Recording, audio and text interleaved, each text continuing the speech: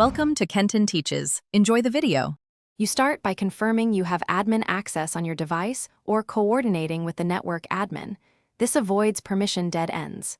Next, inspect your DNS and proxy settings because DNS filtering or an enforced proxy is a common block point. If you see custom DNS entries, make a note and plan to change them. Also, briefly disable suspicious browser extensions. They can inject blocking rules. Once done, you'll be ready to try DNS changes and browser-level fixes with confidence. Now change DNS to a trusted public provider like 1, 1, 1, 1 or 8. 8, 8, 8 at the device or router level. This often bypasses DNS-based blocks.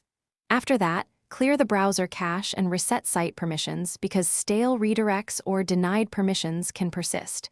If you use a VPN, toggle it off to see whether the VPN policy is causing the block. Alternatively, test the site in another browser or a fresh profile to isolate browser rules.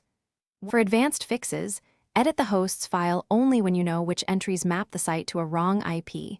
Removing malicious mappings can restore access.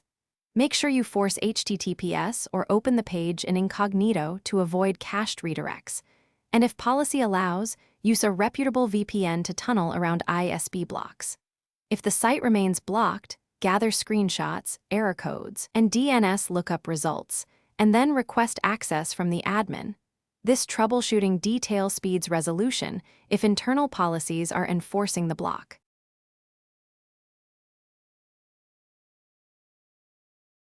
Thanks for watching. Please subscribe if this video was helpful.